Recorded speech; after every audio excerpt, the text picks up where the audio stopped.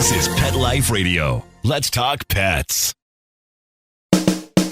Welcome to Animal Rights on Pet Life Radio. This is your host, Tim Link, and I'm so glad you're joining us today. We're super duper excited. We're going to have our good friend, a really great writer, and it's Eve Calder. Eve Calder is going to come on the show and talk to us a little bit about her latest book, A Tale of Two Cookies. And it's part of the Cookie House Mystery Series. So we'll find out the latest, greatest, what everybody's up to, what the lead heroine's doing, the dogs, and of course we'll talk about cookies. We always love talking about cookies. So it's going to be exciting, and we'd love to have Eve back on the show. So everybody hang tight. We'll come back right after this commercial break. You're listening to Animal Rights on Pet Life Radio. Pets are part of the family.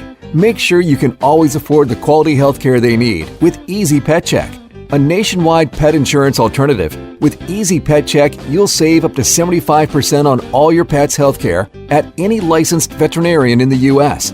Easy Pet Check accepts all dogs and cats regardless of pre-existing conditions. Visit EasyPetCheck.com. That's the letters EasyPetCheck.com.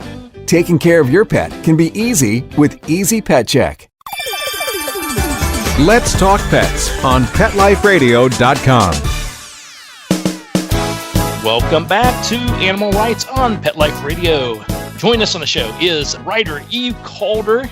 Eve, welcome back to the show. Thank you for having me. Yeah, we're excited, and I always love the book, and we were teasing off air about the cookies because it's part of the Cookie House Mystery Series, and shame on you for tantalizing with all these not only great writing but all these cookies as well. But the latest book's called A Tale of Two Cookies. So tell us a little bit about the book, how it fits into the series, and then we'll dive into some of the characters in a moment. Yeah, this one is fun. It starts off with a wedding, and the groom vanishes on the eve of the wedding, and everyone has a slightly different opinion on what happened and why. You've got his grown children think that he's ditched the bride, who they see as a gold digger. The business partner thinks he was just stringing the bride along and everything got a little too real, so he took off. The bride is convinced that something horrible must have happened. And, of course, our main character, Kate McGuire, is a pastry chef, and she's an old friend of the bride. And she decides that she's going to sort of help her find out what really happened. And it takes off from there. And I love it how it's sort of like almost like Nancy Drew in an opposite way. You know, you've got the town pastry chef, the cookie aficionado who owns the little the cookie house. She's all of a sudden the super sleuth to find out what this mystery is all about.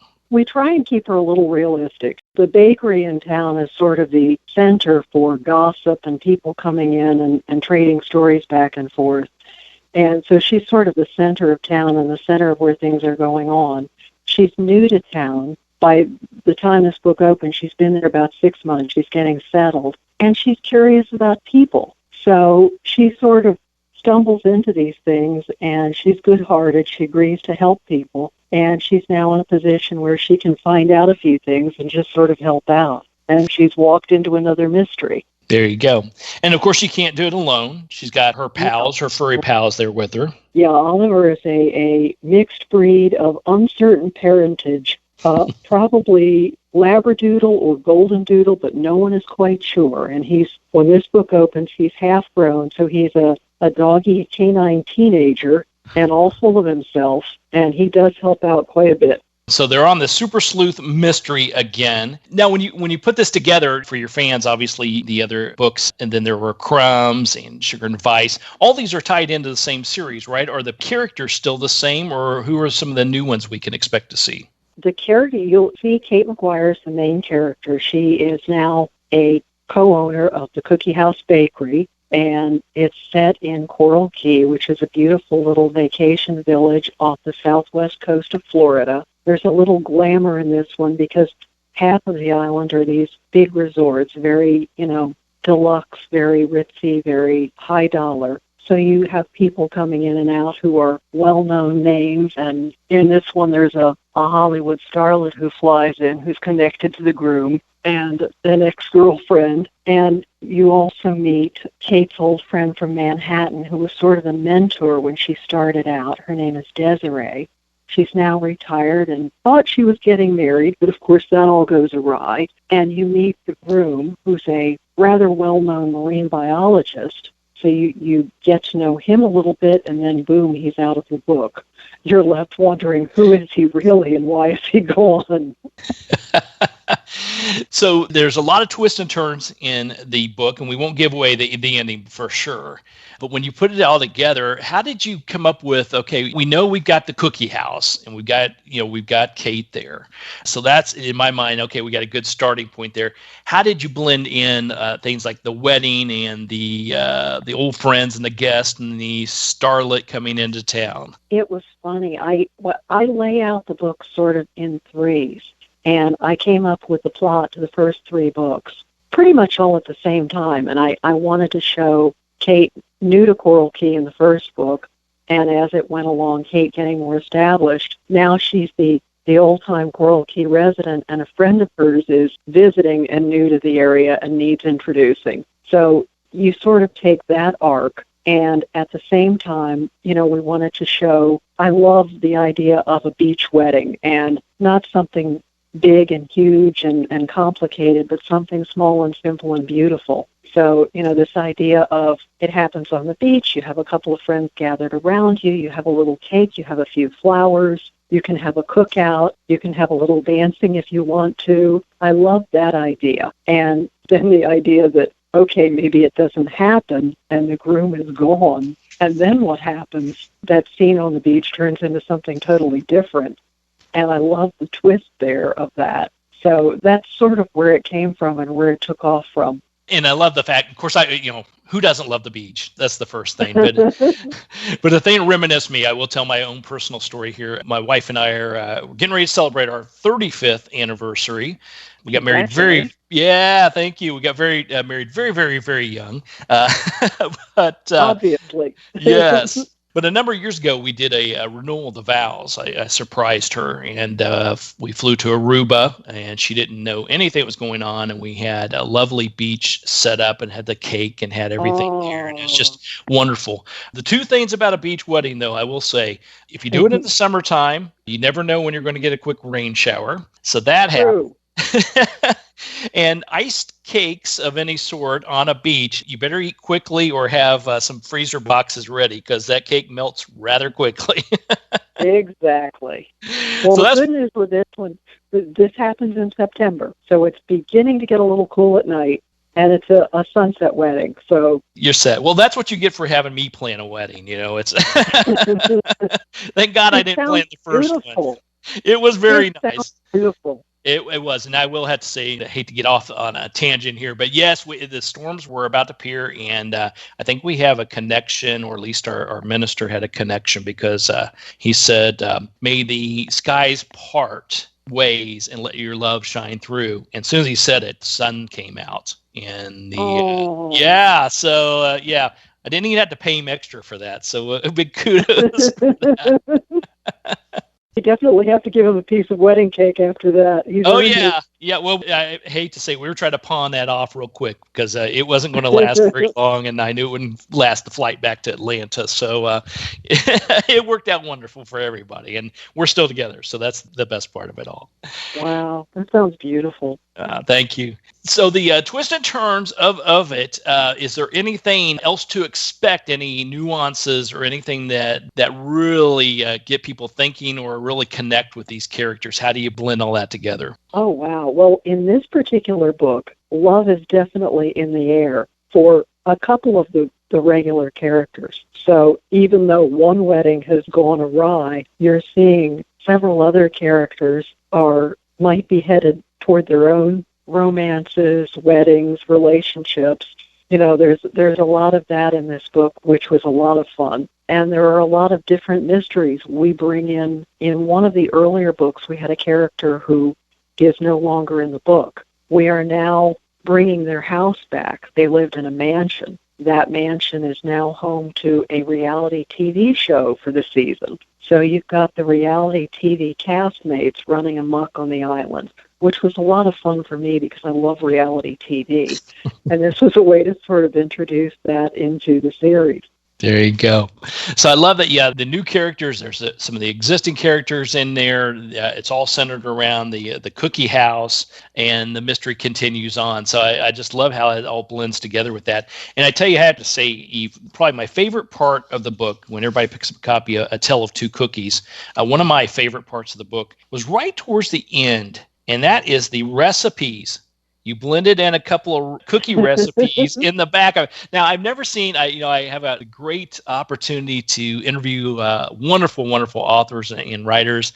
And there are mystery series out there, writers out there. But I think you're the first, I can't recall, blending in recipes, beautiful, wonderful recipes in the back of the book. It was funny. My readers demanded it. When the really? first two books came out and there were no cookie recipes, I got letters, I got comments. They love the cookies, they love the food descriptions, they wanted to be able to make them themselves, and they didn't have any. And I like to bake, but I'm not in Kate's league of baking, and I didn't want to put in recipes that were anything but wonderful. This time around, I was really, really lucky. I had two pro chefs, Nina Simons and Duff Goldman. Both had agreed to give me and let me use one of their wonderful cookie recipes.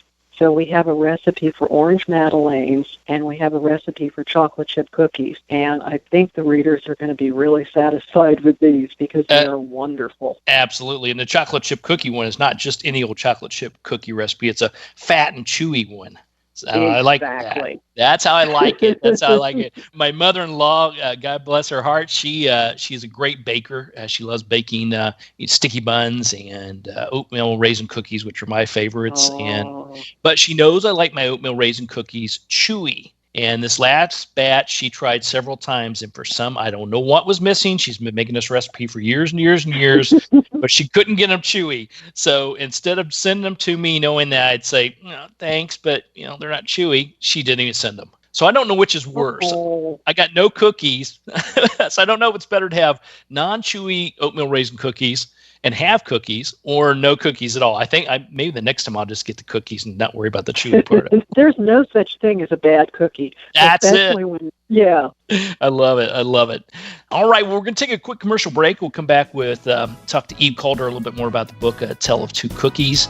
Talk to her a little bit about the writing styles and putting together the mystery series. So everybody hang tight. We'll come back right after this commercial break. You're listening to Animal Rights on Pet Life Radio. Take a bite out of your competition. Advertise your business with an ad in Pet Life Radio podcasts and radio shows. There's no other pet-related media that is as large and reaches more pet parents and pet lovers than Pet Life Radio. With over 7 million monthly listeners, Pet Life Radio podcasts are available on all major podcast platforms. And our live radio stream goes out to over 250 million subscribers on iHeartRadio, TuneIn, Stitcher, and other streaming apps. For more information on how you can advertise on the #1 pet podcast and radio network, visit PetLifeRadio.com/advertise today. Let's talk pets Let's talk pets on Pet Life Radio. Pet Life Radio. PetLifeRadio.com. Welcome back to Animal Rights on Pet Life Radio. Continuing our conversation with author Eve Calder and her latest book, A Tale of Two Cookies, a Cookie House mystery series. Now, Eve, before the break, you talked about how so far, I'm going to put a so far out there, it's a 3-part mystery series, and you sort of had all 3 plot lines or ideas, scripted out a little bit. By the time you got to this one, A Tale of Two Cookies, did it turn out exactly like you thought when you originally put sort of the outline and everything together? Or was there some major changes and shifts and things that you hadn't anticipated? There are always changes. It's funny. You start out and you're writing, or at least I'll have sort of the plot points in my head that I want to incorporate into the book. And you get these things they're like gifts where, something will pop into your head and you say, okay, what if I do this? Or what if I do that? Or, gee, now that I know this character, they're more likely to do this way. And it changes the plot in ways that you might not have anticipated. But from what I've seen in my own books, it makes it better, stronger, more realistic. And without giving too much away, there were a couple of big things that happened in this book that I wasn't expecting. One was a love interest that stepped forward that I had not planned, but it made perfect sense when it happened. And another is, gosh, I don't want to give this away, something that happens in the book that is, let's just say, explosive. Ooh. And that wasn't planned either, and it just sort of happened, and I was really pleased with the way it came out. Everybody, of course, will pick up a copy of Tale of Two Cookies and see what that explosiveness is. It's got it all. It's a mystery. We've got cookies. We got dogs. We got the super sleuth baker, and we've got love interests, marriage, celebrities. It's got a blend of everything. I can just see it's like a perfect mixture for cookie batter, don't you think, Eve? I'm very happy with it, and if you want to call it a beach read, it would be great to read it on the beach, or if you're just sitting in your living room wishing you were at the beach. There you go. There you go. So with that, we always like looking ahead, and I don't know what the plans are. So we've got the 3 in the series. Will the series continue on, or is there going to be something new and exciting that you can or can't talk about? I've got the next 3 books for this mapped out in my head. Like I said, I tend to do it 3 at a time. So the book after this, we see a reappearance of Kate's sister, who's kind of a pain in the neck, and they do not get along. So she drops in for a little visit, and that doesn't go well at all. That's the next book. Currently, I am working on a standalone mystery thriller. So that's what I'm writing right now. That's different. Yeah, it's outside of the series. Totally different. Yeah. Something a little bit different. Yeah. Well, now as a writer, do you find that a nice departure to sort of flip from one type of book, even though it's mystery, to a different type of book? Or do you are you finding it somewhat challenging, try to keep the two juggled a little bit? I think it actually refreshes the writing for the cozies when you sort of mix other things in. It's like using a different set of muscles. And then when you go back to the series, you find things that you've learned, things that make you better at it.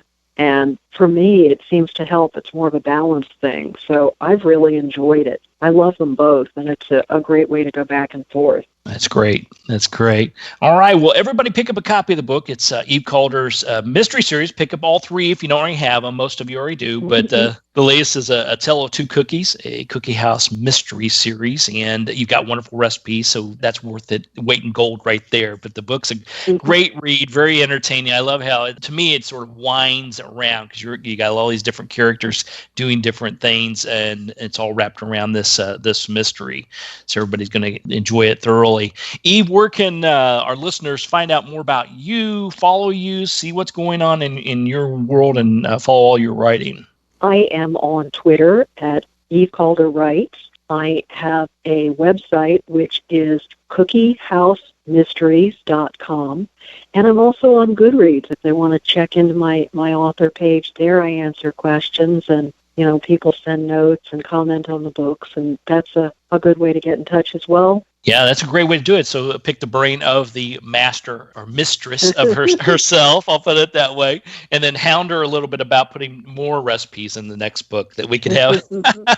We're all set. Not a bad idea there. I'm thinking so. I think maybe you've got a 3-part writing thing going on here. Maybe the next one might be some cookbook. Baking book. You never know. You never know. Well, Eve, congratulations again on the latest. Everybody pick up a copy. You. Yeah, it's Tale of Two Cookies by Eve Calder. It's part of the Cookie House Mystery Series. Everybody's going to thoroughly enjoy it. Congratulations once again, and we'll look forward to chatting with you somewhere down the road. Wonderful. Thanks for having me on. This has been a lot of fun. Thanks, Eve. I appreciate it. Always good to talk to you. All right, well, we're coming to the end of the show today. I want to thank everyone for listening to Animal Rights on Pet Life Radio. I want to thank the producers and sponsors for making this show possible. If you have any ideas, comments, or suggestions for the show, please drop us a line at petliferadio.com, and we'll definitely answer your questions, entertain your comments, and bring on the people you want to hear from most.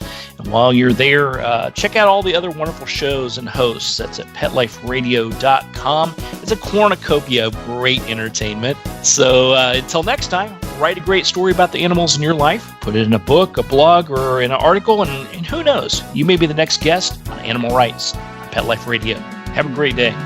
Let's Talk Pets, every week on demand, only on PetLifeRadio.com.